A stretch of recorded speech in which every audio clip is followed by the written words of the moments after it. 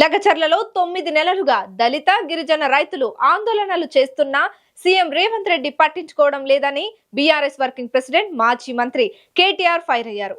ఇవాళ లగచర్ల బాధితులకు మద్దతుగా మహబూబాబాద్ లో భారీ ధర్నా నిర్వహించారు.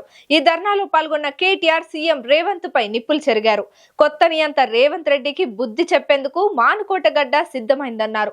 అల్లుడికి ఫార్మా కంపెనీ అప్పగించేందుకే రైతుల భూములు గుంజుకుంటున్నారని ఆరోపించారు కేటీఆర్.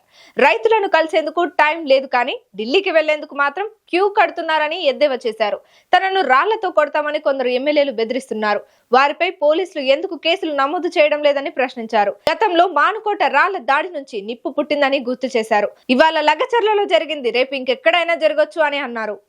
నేను మిమ్మల్ని కోరేది ఒకటే, మానుకోటలో ఇక్కడికి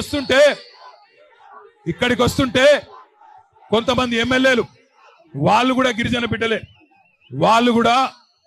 బిడ్డలే కొంతమంది ఎమ్మెల్యేలు అంటున్నారు రాళ్లతో కొడతారట, నేనొస్తే రాళ్లతో కొడతారట. నేను అడుగుతున్నా, ఇక్కడ ఉన్న ఎస్పీ గారిని, రాష్ట్రంలో ఉన్న డీజీపీని అడుగుతున్నా, అధికార కాంగ్రెస్ పార్టీ ఎమ్మెల్యేలు రాళ్లతోని కొడతామంటే మీరేం చేస్తున్నారు నేను అడుగుతా ఉన్నా.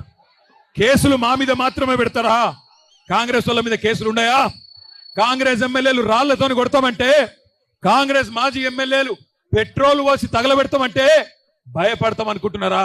ఇది కేసీఆర్ తయారు చేసిన బృందం, కేసీఆర్ దళం. భయపడం. రాళ్లతోని మానుకోట సాక్షిగా చెప్తున్నా, మానుకోట రాళ్ల మహత్యమేందో తెలంగాణను అడ్డుకున్న ప్రతి ఒక్కడికి తెలుసు. మానుకోటలో 14 ఏళ్ల కిందటనే నిప్పు పుట్టింది, తర్వాత తెలంగాణ వచ్చింది. ఇవాళ మీరు వద్దంటే కోర్టుకు పోయినాం, మీరు పర్మిషన్ ఇయ్య అంటే కోర్టుకు పోయి కోర్టుకెళ్ళి పర్మిషన్ తెచ్చుకున్నాం. 1000 మంది అనుకుంటే 25,000 మంది తరలి వచ్చి ఈరోజు బ్రహ్మాండంగా ఈ ప్రభుత్వం మీద ఎంత కోపం ఉందో, ఈ ప్రభుత్వం మీద ఎంత వ్యతిరేకత ఉందో ఇవాళ ఈ మానుకోట మహాధర్నా చూస్తేనే అర్థమైతా ఉన్నది.